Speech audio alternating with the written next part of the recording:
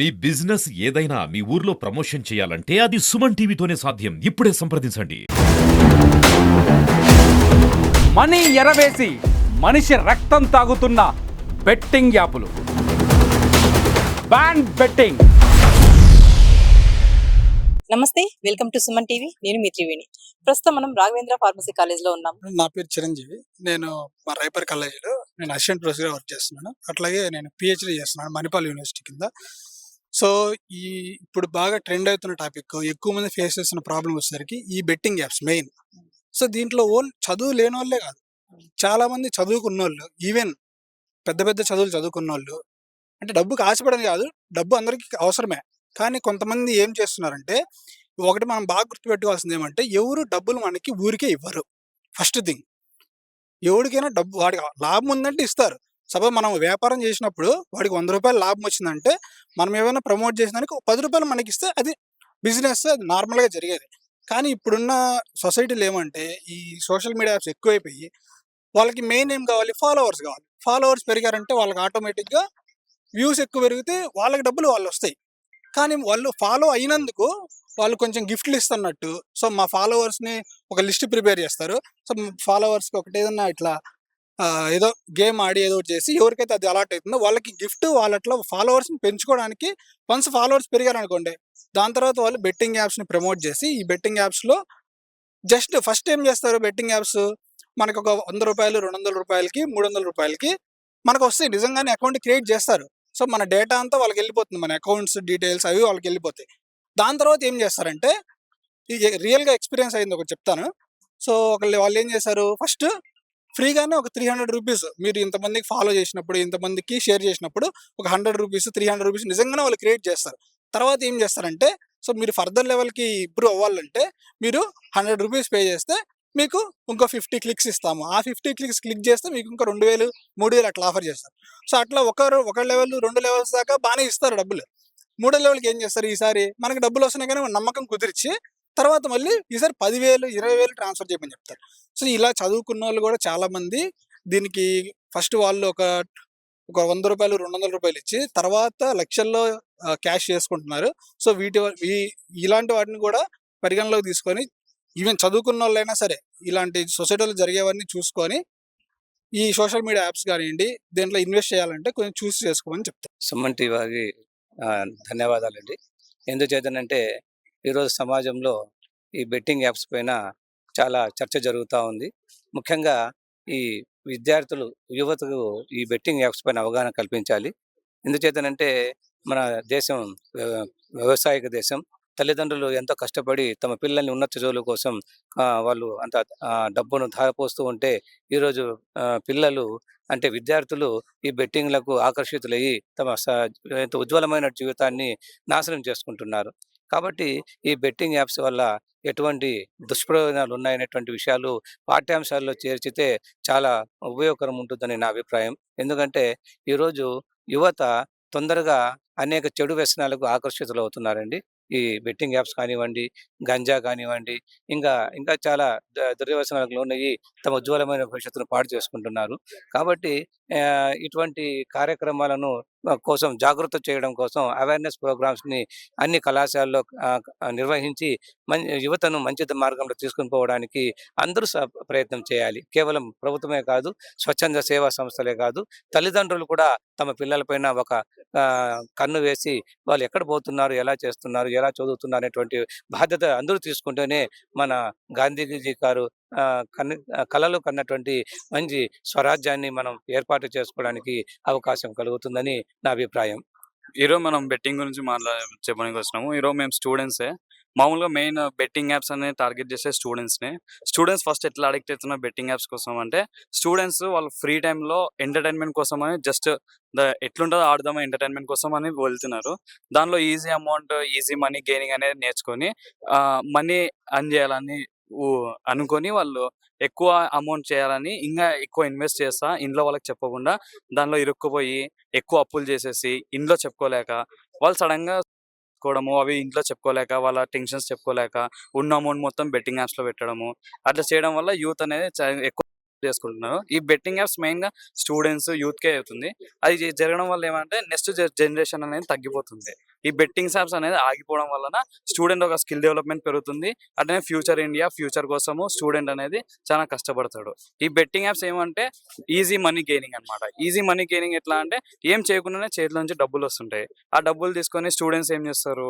ఏం చేయరు మళ్ళీ దాన్ని. జస్ట్ ఎంటర్‌టైన్‌మెంట్ కోసము, లేదంటే పాష్ కనపడాలా, స్టైల్ కనపడాలా అని వేస్ట్ చేస్తున్నారు ఆ మనీ. ఆ వేస్ట్ చేసే మనీ కోసము ఇంట్లో వాళ్ళని అడగలేరు. అడగలేకపోవడం వల్ల వాళ్ళు బెట్టింగ్‌లో ఇన్వెస్ట్ చేయడము, దాని నుంచి వచ్చే ప్రాఫిట్స్‌ని బట్టి వాళ్ళు ఇన్‌స్టాగ్రామ్ రీల్స్, ఫాలోవర్స్, నేను ఒక ఇన్‌ఫ్లుయెన్సర్‌గా కావచ్చు అని అడిక్ట్ అవుతున్నారు. సో, దానికి మెయిన్ బెట్టింగ్ యాప్స్ స్టాప్ చేయడం వల్ల ఇన్‌స్టాగ్రామ్ రీల్స్ ఇవన్నీ తగ్గిపోయి స్టూడెంట్స్ ఒక స్కిల్ డెవలప్‌మెంట్ పెరిగి ఫ్యూచర్ ఇండియాకి చాలా ఉపయోగపడతారు స్టూడెంట్స్. ఇప్పుడు ఈ బెట్టింగ్ యాప్స్ ప్రమోట్ చేసేవాళ్ళు ఇన్‌ఫ్లుయెన్సర్ కావచ్చు, యూట్యూబర్స్, ఇన్‌స్టాగ్రామ్ రీల్స్ చేసేవాళ్ళు వాళ్ళంతగా ప్రమోట్ చేస్తున్నారు.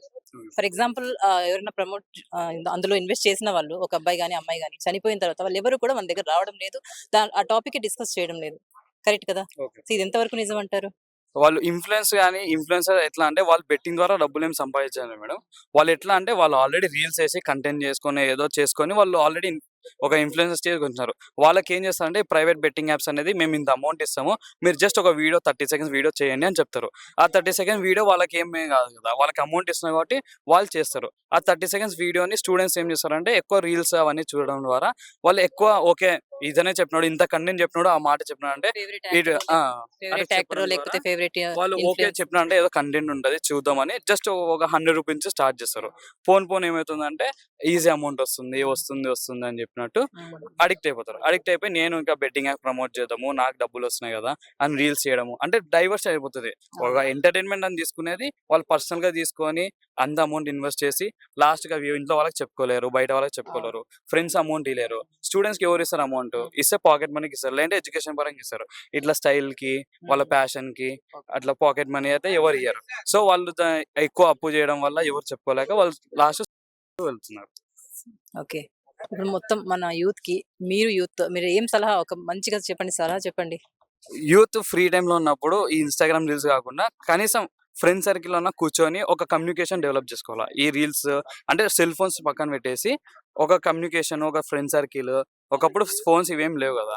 బైక్స్ ఏసుకొని తిరుగుతున్నాయి. ఓకే. తిరగండి. దానివల్ల ఏం పోతే ఒక 500 రూపీస్ వాళ్ళ పాకెట్ మనీ నుంచి పోతది. అట్లా ఫ్రెండ్స్ సర్కిల్ తిరగడం వల్ల ఒకరికొకరు బాండింగ్ అనేది వస్తది. బాండింగ్ వచ్చినప్పుడు ఒకరి బాధలు ఒకరు చెప్పుకుంటారు. అట్లాంటప్పుడు స్ట్రెస్ లేకుండా ఇట్లా చేస్తున్నా అంటే ఒకవేళ ఫ్రెండ్ తప్పు చేసినా గాని ఫ్రెండ్స్ చెప్తారు. ఆంటీ ఇట్లా మీ పిల్లోడు ఇలా ఉన్నాడు. వాడు అట్లా చేస్తున్నాడు అని ఒక డైవర్ట్ అయిన ఫ్రెండ్‌ని గాని ఒక మంచి వేలో తీసుకోవడానికే ఫ్రెండ్సే. ప్రస్తుతం మనతో పాటు ప్రొఫెసర్ బాబ్జీ గారు ఉన్నారు. ఆయన మాటల్లో బెట్టింగ్ యాప్స్ గురించి మాట్లాడదాం. సార్ నమస్తే సార్. చెప్పండి సార్. నమస్తే అండి. నా పేరు బాబ్జీ నాయక్. ఇక్కడ అసిస్టెంట్ ప్రొఫెసర్‌గా పనిచేస్తున్నాను. ప్రెజెంట్ కరెంట్ టాపిక్ వచ్చేసి బెట్టింగ్ యాప్స్ అనమాట. చాలామంది యువత తక్కువ టైంలో ఎక్కువ డబ్బులు సంపాదించాలనే ఆలోచనతో బెట్టింగ్ యాప్స్ వైపు మళ్లుతున్నారు. ఇది చాలా తప్పండి. ఎందుకంటే వాళ్ళొచ్చేసి స్టార్టింగ్‌లో 100కి 1000 లేదంటే 1000కి 10,000 అట్లా ఇస్తారు. ఊబిలోకి దింపుతారు. ఒక్కసారి ఊబిలోకి మనం దిగిన తర్వాత మళ్ళీ ఎలా బయటికి రావాలో తెలీదు. చాలామంది స్టూడెంట్స్ బాగా చదువుకున్న వాళ్ళే టార్గెట్ ఈ యూత్ మెయిన్ ఈ బెట్టింగ్ యాప్ గురించి.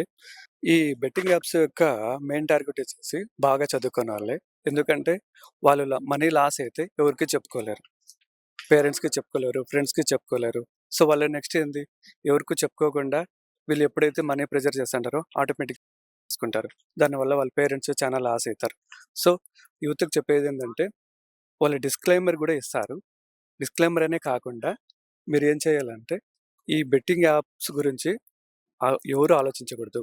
ఓకేనా? మనీ ఎర్న్ ఎలా చేయాలంటే మీరేదైనా బాగా చదువుకొని దాని ద్వారా జాబ్ చేయడం గానీ, లేదంటే మీదేదైనా టాలెంట్ ఉండి అది బయట పెట్టి వేరియస్ బిజినెస్ చేయడం గానీ, అలా లీగల్‌గా మనీ సంపాదించుకోండి. మీరు పేరెంట్స్‌ని బాధ పెట్టకండి. లాస్ట్ వన్ మోర్ థింగ్, ధనం మూలం ఇదం జగత్. ఇది అందరికీ తెలిసినదే. బట్ మీరేం చేయాలంటే ఈ బెట్టింగ్స్ యాప్ గురించి మీరు ఎక్కువ కాన్సంట్రేట్ చేయాలి. అదే నేను తెలుసుకుంది. బెట్టింగ్ యాప్స్ వచ్చేసి ఎలా అరికట్టొచ్చంటే మెయిన్ వచ్చేసి అవేర్‌నెస్ కావాలి. ఓకేనా? ఆల్రెడీ మా కాలేజీలో మా ప్రిన్సిపల్ సారు ఒక అవేర్‌నెస్ ప్రోగ్రామ్ కండక్ట్ చేశారు. సో, ఇలా ప్రతి ఒక్క కాలేజీలో అవేర్‌నెస్ ప్రోగ్రామ్ క్రియేట్ చేయడం వల్ల ఆటోమేటిక్‌గా దీన్ని మనము అరికట్టొచ్చు. ఎగ్జాక్ట్‌లీ చెప్పారండి. ఎందుకంటే ప్రతి ఒక్క కాలేజ్‌లో కూడా సబ్జెక్ట్‌తో పాటు ఇదొక పెట్టాలండి ఖచ్చితంగా. బెట్టింగ్ యాప్స్ జోలికి వెళ్ళకూడదు అనేది ప్రతిదినం మనం స్టూడెంట్స్‌కి చెప్తూ ఉంటే కూడా వాళ్ళ మైండ్‌లోకెళ్ళిపోతుందనమాట. ఒక సబ్జెక్ట్ ఎలాగ మైండ్‌లోకెళ్తుందో, ఇలాంటి ప్రోగ్రామ్స్ కూడా కండక్ట్ చేస్తూ ఉండాలి ఖచ్చితంగా. ఆహ్, మనము మా ప్రిన్సిపల్ సార్‌కి థాంక్ యూ చెప్పాలి. ఎందుకంటే ఆయన ఈ అవేర్‌నెస్ ప్రోగ్రామ్ క్రియేట్ చేయడం అనేది చాలా మంచి పని చేశారు.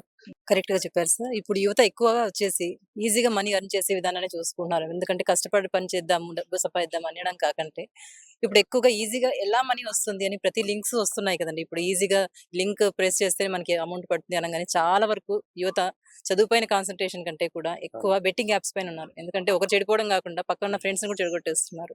సో, ఇది పేరెంట్స్ వరకు వెళ్లి దీనికి బెట్టింగ్ యాప్స్ కోసమని చాలా డబ్బులు అప్పు చేయడం వాళ్ళ పేరెంట్స్‌కి తెలియకున్నట్ల ఆ అప్పుల వాళ్ళు అడిగినప్పుడు కానివ్వండి, అందులో లాస్ వచ్చినప్పుడు కానివ్వండి, వాళ్ళు చివరికి వాళ్ళ ప్రాణాల్ని పోగొట్టుకుంటున్నారు. ఎంతో భవిష్యత్తు ఉండే యువత ఈ బెట్టింగ్ యాప్స్ వలన వాళ్ళ ప్రాణాలు ఎంతో భవిష్యత్తు ఉండి వాళ్ళ పోగొట్టుకుంటున్నారు. వాళ్ళ తల్లిదండ్రులు ఎంత కష్టపడి ఆ పిల్లల్ని చదివిస్తున్నా ఈ ఈ రకంగా రాంగ్ రూట్‌లో వెళ్తూ పేరెంట్స్‌కి కడుపు కోతని మిగులుస్తున్నారండి.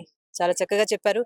సో, దీన్ని బట్టి మనమంతా తెలుసుకోవడం ఏంటంటే, ప్రతి ఒక్క యువత బెట్టింగ్ యాప్స్ జోలికి వెళ్ళకుండా, తన భవిష్యత్తు కోసం కష్టపడి చదివి పేరెంట్స్‌కి వాళ్ళ తోడుగా ఉండాలని, వాళ్ళ భవిష్యత్తు మంచిగా చూసుకోవాలని, యూట్యూబర్స్, ఇన్‌ఫ్లుయెన్సర్స్ ద్వారా వాళ్ళ మాటలు నమ్మి మోసపోకండి. బెట్టింగ్ యాప్స్ జోలికి వెళ్ళకండి. చదువు పైన కాన్సంట్రేట్ చేయండి. భవిష్యత్తు కోసం ప్రణాళిక వేసుకోండి.